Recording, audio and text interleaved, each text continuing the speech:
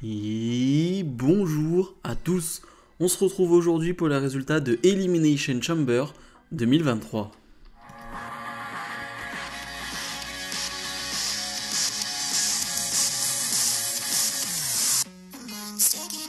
Et on débute le show avec l'Elimination Chamber féminin. Je rappelle que la gagnante de ce chamber affrontera la championne d'Euro Bianca Belair à WrestleMania. Donc c'est un match très important. Je rappelle aussi que je vais vous donner donc le match et ensuite je vais donner ma note et on argumentera derrière. Donc dans ce match on avait Liv Morgan, on avait Raquel Rodriguez, on avait Natalya, on avait Carmella, Asuka et Nikki Cross. Ma note pour ce chamber féminin est de 4 sur 5. Donc 4 étoiles sur 5. Je m'attendais pas à ce type de match-là. Vous le savez pour ceux qui ont vu ma review et ceux qui étaient devant mon live aujourd'hui, eh bien, c'était le match que j'attendais le moins de la soirée. J'avais pas beaucoup de hype parce que de 1, il n'y avait pas beaucoup de suspense, mais voilà. Je trouvais que l'affiche n'était pas fraîche, il n'y avait pas vraiment de nouveauté dans ce match, il n'y avait pas de superstars qu'on ne voyait jamais, ou en tout cas de nouvelles superstars. Bref, il n'y avait pas ce petit truc en plus qui me faisait dire « Ok, je veux vraiment voir ce combat ». Et bah, elles ont fait une super prestation, et je dis vraiment elles ont fait parce que je les englobe les 6, je les ai trouvés vraiment top.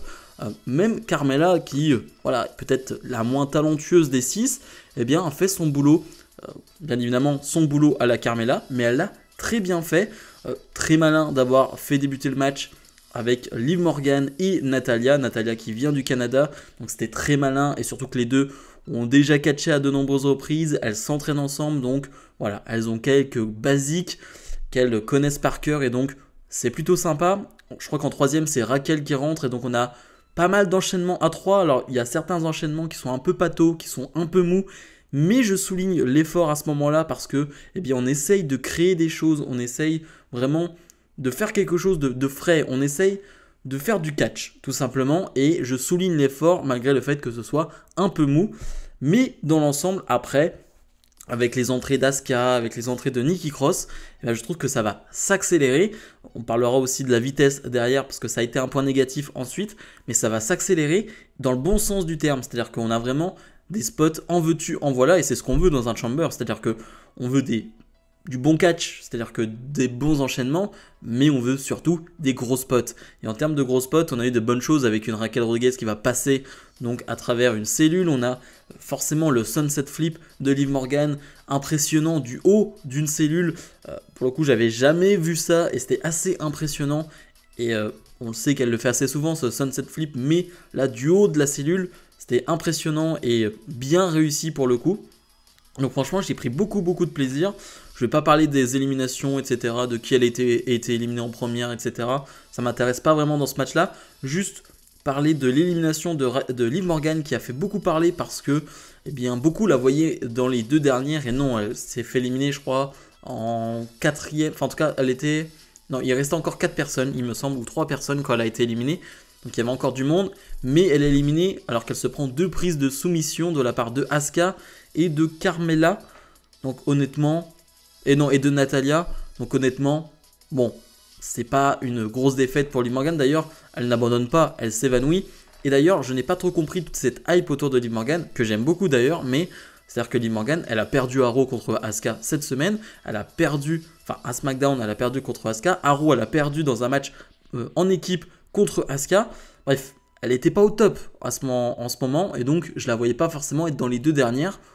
Donc ça m'a pas vraiment surpris. Je parlais de la rapidité de ce match. Désolé, je bégaye un peu, mais il est 5h du matin. Je préfère faire cette vidéo tout de suite parce que, eh bien, sinon après, ça va être une galère pour l'uploader, etc. Donc je préfère la faire maintenant et je m'excuse d'avance pour tous les bégaiements que je vais avoir. Mais bref, je parlais donc de la rapidité de ce match qui va être un point négatif, c'est-à-dire qu'on va trop enchaîner ensuite les éliminations. Je pense à l'élimination de Raquel qui, selon moi, est trop soudaine, voilà, et on se retrouve vite avec Carmella et Asuka, et idem, Asuka, Carmella, et ben on laisse pas durer, c'est-à-dire qu'on laisse pas vraiment de match entre les deux. Alors ça me gêne pas vraiment, j'avais pas envie de voir Asuka contre Carmella pendant 15 minutes, mais je trouve que ça s'enchaîne bien trop vite. Finalement, sans surprise, sans suspense, c'est Asuka qui va remporter ce match et ça me convient. Je voulais voir Asuka aller affronter Bianca Belair à WrestleMania. Donc ça me surprend pas et ça me convient. Mais vraiment, j'ai été étonné de la qualité de ce match. Je trouve que toutes les femmes, comme je l'ai dit, ont été au niveau et ont vraiment délivré une très belle performance. On enchaîne avec Bobby Lashley face à Brock Lesnar. Ma note pour ce combat, 2 sur 5. Et je pense qu'avec 2, je suis très gentil. C'était pas bon et je parle même pas du match en soi, parce que le match en soi, c'est classique, ça peut être redondant, ça peut être relou parce que, voilà, sur 5 minutes de combat qu'on a eu, eh bien, c'est des spears, c'est des F5. Et j'avoue que je suis un peu blasé des F5 et des spears. On en a eu pas mal quand c'était Brock Lesnar face à Roman Reigns. Là, on se retrouve encore donc avec un spear face à Brock Lesnar. Donc, un peu blasé de ça. Mais bon, voilà, c'est la formule maintenant avec Brock Lesnar. Et je suis un peu déçu qu'on reste dans cette formule avec Lesnar. Alors, je ne sais pas si c'est lui qui le veut. Je ne sais pas si c'est le booking qui veut ça. Mais du coup, c'est de la fainéantise, je trouve, parce qu'on sait que Lesnar est capable de faire beaucoup plus que ça. Mais ça, à la limite, c'est un point pas négatif ou positif. Mais la fin de match, c'est-à-dire que sur 5 minutes de combat, tu as donc Bobby Lashley qui va porter sa prise de soumission et Lesnar qui va porter un coup dans les parties de Bobby Lashley, car on peut penser que Brock Lesnar allait peut-être perdre ce match. En tout cas, il avait peur de perdre ce match de manière en abandonnant. Et donc il décide de faire cela, ce qui dans un sens, ok, pourquoi pas, tu peux raconter des choses derrière avec un Lesnar qui a eu peur d'abandonner et préfère se faire disqualifier, pourquoi pas. Mais j'aime pas l'idée. J'aime pas l'idée parce que tu nous présentes ce match depuis des semaines maintenant. Le match a été officiel, donc rendu officiel ce lundi. Et clairement, on s'attendait à ce que ce match soit à Mania. Et là, tu le mets à Elimination Chamber. Donc on se dit, c'est bien, au moins, on a ce match maintenant et ça va ouvrir d'autres portes pour Mania. Et non, on va rester encore sur Bobby Lashley, Brock Lesnar. Et j'ai pas envie après ça, pas après ce segment-là. Il y a encore un mois et demi là. Un mois et demi où finalement je pense que Lesnar ne va pas être là pendant quelques semaines. Ça c'est sûr et certain parce que Lesnar s'en est pris à un arbitre et donc il va être suspendu dans la storyline. Et donc j'imagine que Lesnar va revenir à 2 semaines de WrestleMania ou quelque chose comme ça. Donc ça me gêne un peu vraiment. Et surtout quid de Bray Wyatt. Bray Wyatt qui à SmackDown avait dit celui qui gagnera ce match, je lui conseille de courir, de s'enfuir. Bon, il semblerait que ce soit Bobby Lashley qui ait gagné ce match par disqualification, donc peut-être qu'on aura Bray Wyatt contre Bobby Lashley pour le faire patienter avant WrestleMania. Je ne sais pas, je suis un peu perdu, je m'attendais pas à ça, je m'attendais à une fin particulière, je m'attendais au Hurt Business, parce que je commence à en avoir marre de dire chaque semaine, à chaque show, on utilise le Hurt Business, on utilise le Hurt Business, on utilise le Hurt Business, et il n'y a toujours rien. Donc ça, j'avoue que ça commence un peu à m'agacer. Mais ouais, clairement, c'était pas bon. J'ai pas aimé la fin, j'ai pas aimé l'après-match, même les F5 sur la table à Bobby Lashley. J'en avais plus rien à faire. Franchement, il aurait pu faire n'importe quoi, Brock Lesnar. Vraiment, plus rien à faire. Donc ouais, un peu déçu. C'était pas le match qui me hypait le plus, mais quand même déçu de cette fin de match et de la manière dont ça a été fait. On passe à Edge et Beth Phoenix face à Finn Balor et Rhea Ripley. Un match de 14 minutes. Ma note pour ce combat est de, là aussi, 4 sur 5. Là, pour le coup, c'était un match que j'attendais parce que j'aime plutôt bien l'histoire entre le Judgment Day et Edge.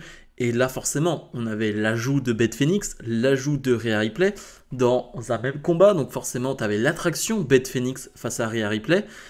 Et cette attraction n'a pas manqué de me faire plaisir. C'est-à-dire que vraiment, je les ai trouvés au niveau. Je vais parler forcément de Beth Phoenix parce que Rhea Ripley soit au niveau, on le sait maintenant. Mais une Beth Phoenix qui sort un peu de sa retraite, qui revient de temps à autre dans des Rumble ou dans des matchs, mais qu'il a fait une vraie performance face à Rhea Ripley. Et ce que j'aime avec Beth Phoenix, c'est qu'elle revient et je la sens pas empruntée. Je la sens pas mal à l'aise. Je la sens pas à l'aise. C'est-à-dire que je me dis, ok, c'est naturel, elle est dans son élément. Il y a un botch qu'on peut retenir de la part de Beth Phoenix et vraiment c'est léger, vraiment tu l'oublies 2 secondes après. Elle va manquer un save à un moment donné où Edge va prendre le tombé, elle va manquer un save. Bon, Je lui entends pas rigueur vu la performance derrière, parce que c'était exactement ce qu'on voulait. Un gros match de bourrin entre Beth Phoenix et Rhea Ripley. C'est des femmes qui sont très puissantes, très costauds, et elles vont le montrer. C'est-à-dire que dès le début du match, ça se met des grands coups de la corde à linge, et ouais, je pense que tu les ressens. Je pense que tu les ressens très très vite et très très bien, les close lines de la part de ces deux femmes, parce que il y a de la puissance des deux côtés. J'en ai pas parlé, mais encore une fois, le public exceptionnel, mais c'est un peu ce que je vais dire sur tous les matchs, quasiment de la soirée, sur tous les moments de la soirée. Le public de Montréal a été fantastique. Et là, ils vont chanter le thème d'entrée de Edge pendant tout le long. Et c'est génial, c'est juste génial.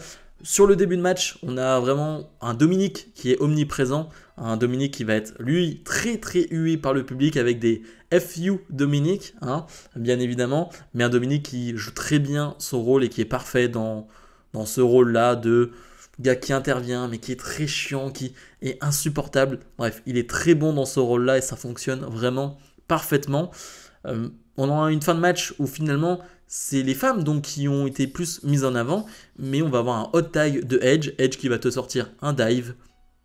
Ok, j'ai pas l'impression que Edge a vraiment fait beaucoup de dives dans sa carrière, voire quasiment jamais. En tout cas, j'en ai pas vraiment en tête, alors j'imagine dans sa jeunesse il en a fait, mais c'est vrai que Edge faire un dive, ok, j'étais un peu étonné. Finalement, Edge et Beth Phoenix vont remporter ce match. Surtout, ce qu'il faut retenir, c'est que Edge remporte le match en faisant le tombé sur Finn Balor. Ce n'est pas Rhea Ripley qui prend le tombé.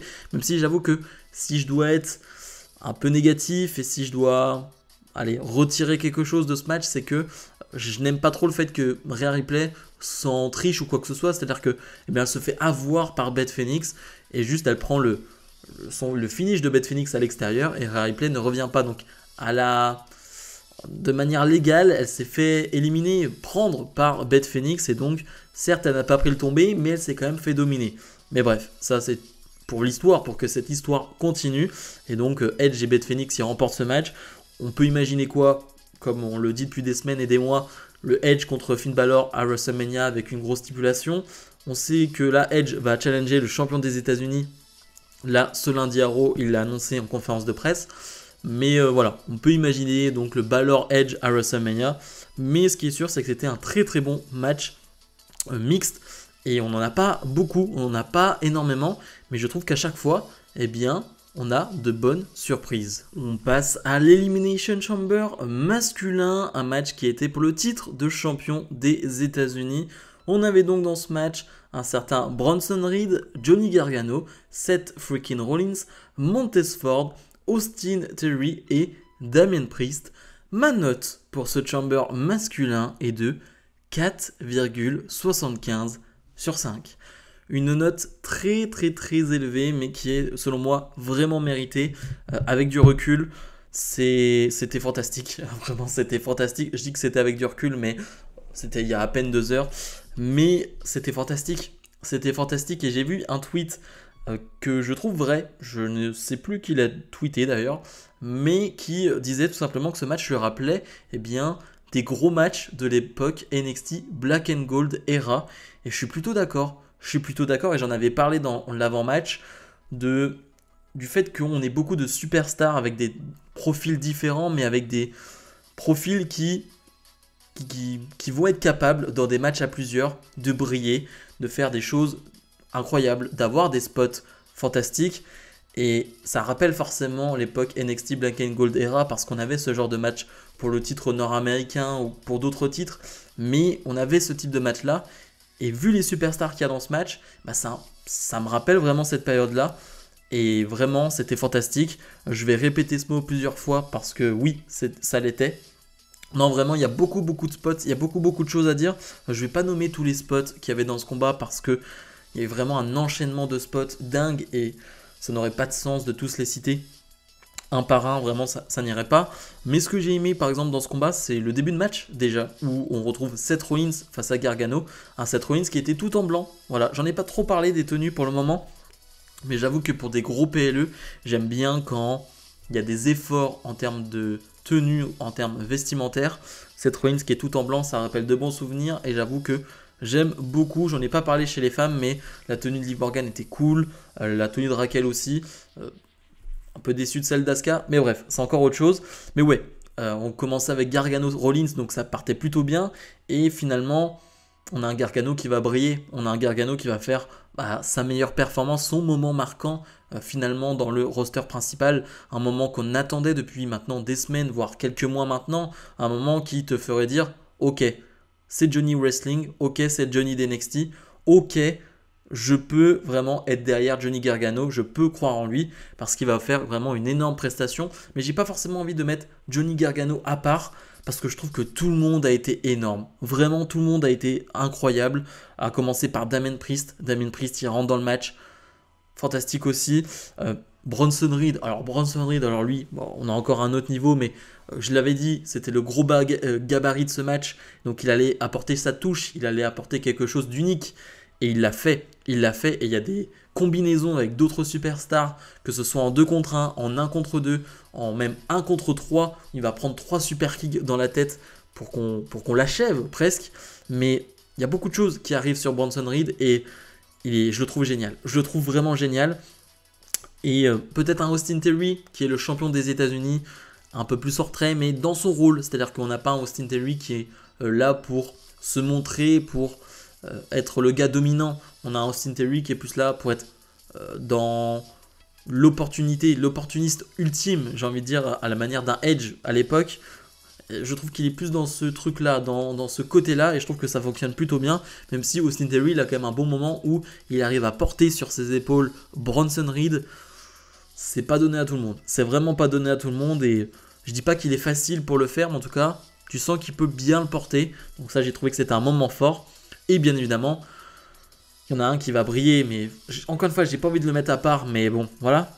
Montez Ford va être exceptionnel dans ce match. D'ailleurs, il a un spot où il monte, il grimpe sur les filets, je sais même pas trop comment appeler ça, grillage de Elimination Chamber. Il va tout en haut, il fait une sorte de roulade sur lui-même, je sais pas trop comment il fait. Et il va retomber sur le reste des gens qui restaient sur le ring. Incroyable, vraiment incroyable, et même dans l'énergie, dans l'envie, un très très grand Montesford. Encore une fois, si vous ne voyez pas qu'il y a un gros potentiel du côté de Montesford, je ne peux pas vous croire, vraiment pas, parce qu'encore une fois, il a fait une super prestation et ça donne envie de le voir un peu plus en solo et surtout de le voir un peu plus en solo dans des grands combats, dans des gros matchs, parce que tu sens qu'il peut te donner des choses incroyables. Finalement donc, on se retrouve avec Montesford, Rollins et Austin Theory. Montesford qui va être éliminé et qui va être blessé, donc les médecins vont devoir arriver. Alors sur le coup, on peut penser que c'est réel, mais non, pas de souci. Montesford va très bien, ce n'est que pour la storyline. Et comme je l'avais prédit et j'en suis très fier, j'avais pronostiqué exactement cela, eh bien Logan Paul va arriver pour s'en prendre à Seth Rollins, sa close line, un Kurt Stomp qui était plutôt cool d'ailleurs de la part de Logan Paul, et donc un Austin Theory qui en profite pour gagner ce match et conserver son titre de champion.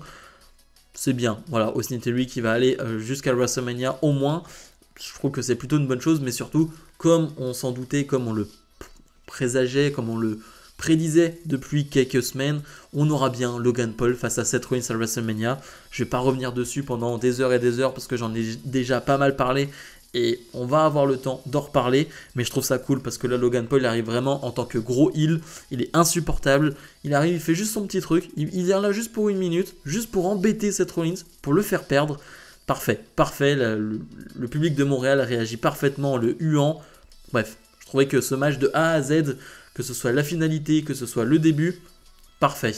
Et le main event, bien évidemment, Roman Reigns défend ses titres de champion WWE et Universal face au local Sami Zayn.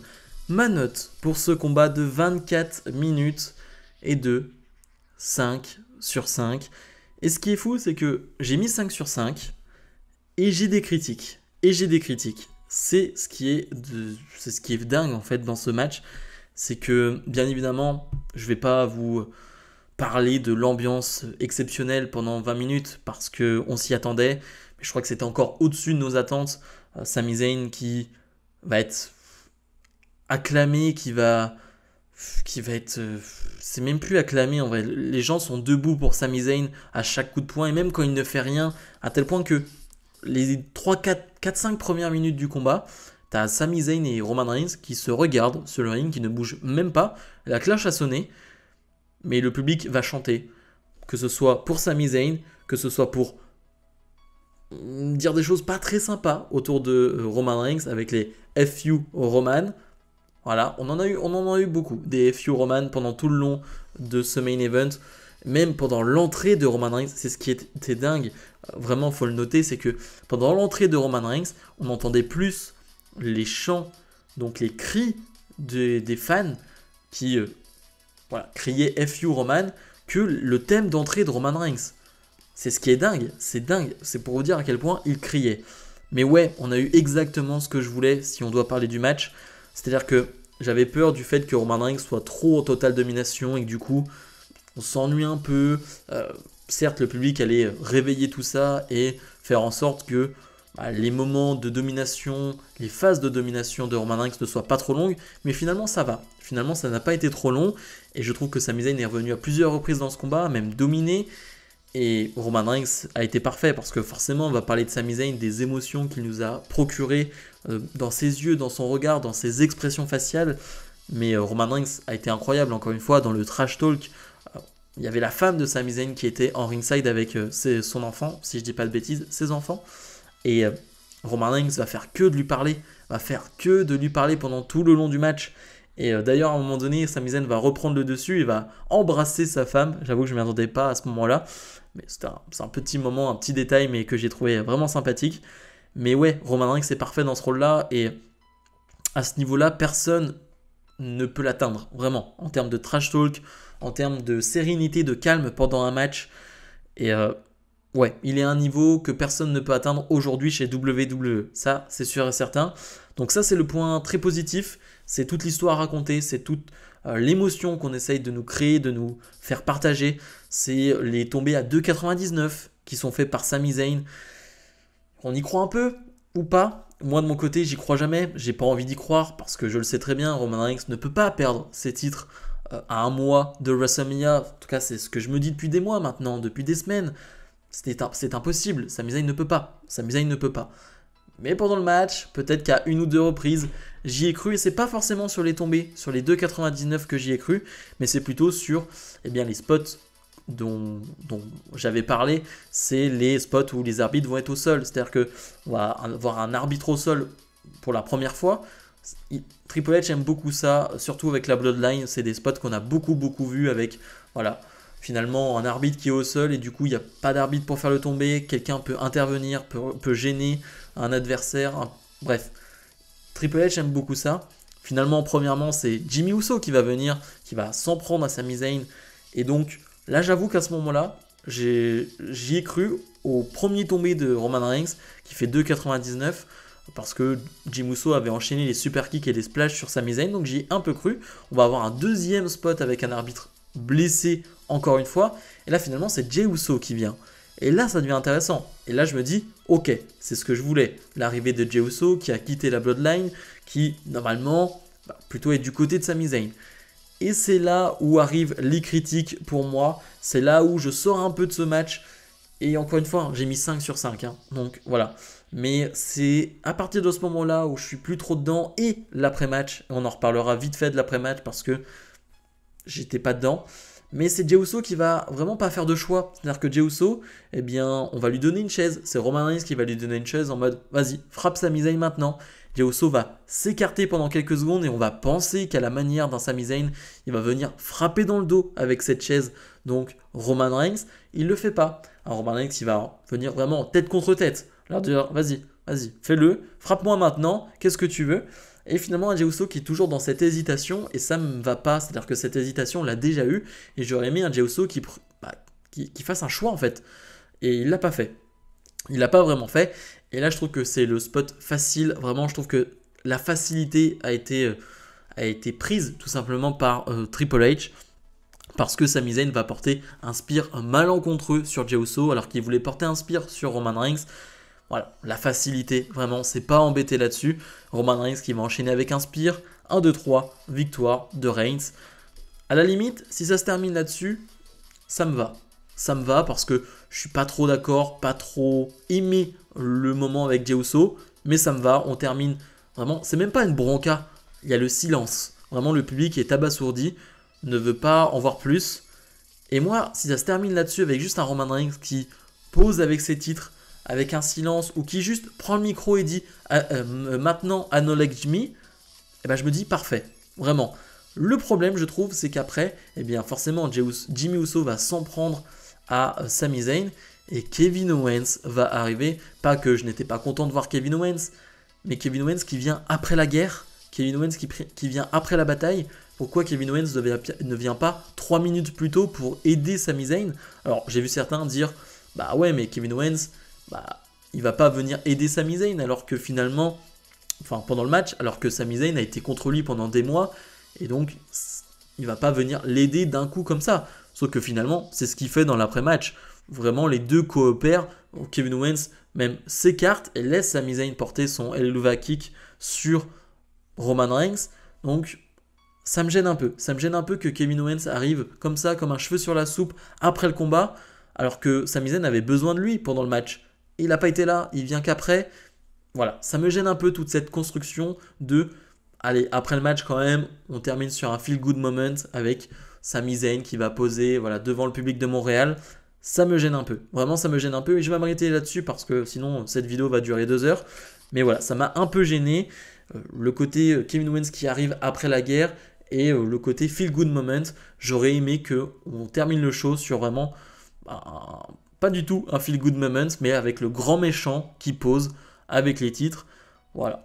Bilan de ce show. Déjà, je m'excuse parce que cette vidéo va être très très longue et j'ai beaucoup parlé, mais il y avait beaucoup de choses à dire. Dans l'ensemble, j'ai vraiment passé un très bon moment. Encore une fois, le public a été vraiment dingue et je le dis toujours, mais le public, c'est 90% des shows. Vraiment, il faut être honnête. Si un public est à 3000% comme il l'a été là à Montréal, il peut presque te faire passer n'importe quel match pour un bon match. Les matchs les plus horribles, il peut te les faire passer pour des bons matchs. Donc vraiment, c'est très très important. Mais dans l'ensemble, on a eu des matchs de grande qualité. Je mets à part le Bobby Lashley Brock Lesnar qui est l'erreur de la soirée, mais vraiment la grosse erreur de la soirée pour moi. Mais globalement, c'était un excellent show, des excellents combats. Le main event, pour moi, c'est un 5 étoiles, alors que même ce main event a des défauts, selon moi. Donc ouais. Maintenant, je vais aller me coucher parce que je suis totalement cuit. Ma note pour ce show, elle est quoi? 8,5, 9 peut-être sur 10. J'ai quand même envie de mettre 9 parce que pour récompenser, j'ai envie de dire, ce public de Montréal qui a vraiment répondu présent. Bref, moi je vais aller dormir parce que je n'en peux plus. Je ne sais pas à quelle heure sortira cette vidéo. Je vais essayer de la sortir pour midi, mais il n'y a rien de sûr. Bref, je vous souhaite à tous, j'allais dire une bonne nuit, mais je vais me souhaiter une bonne nuit. Et une bonne nuit. Et donc nous on se retrouve demain pour cette vidéo. On se retrouve mardi pour la review de Raw, en espérant un gros show après ce Elimination Chamber 2023. Bref, salut.